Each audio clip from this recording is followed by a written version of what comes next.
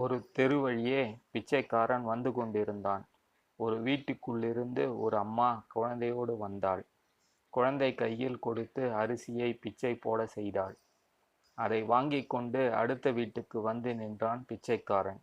அடுத்த வீட்டு பெண்ணும் தெருவில் விளையாடிக் கொண்டிருந்த தன் குழந்தையை கூப்பிட்டு அந்த குழந்தை கையால் பிச்சை போட செய்தாள்.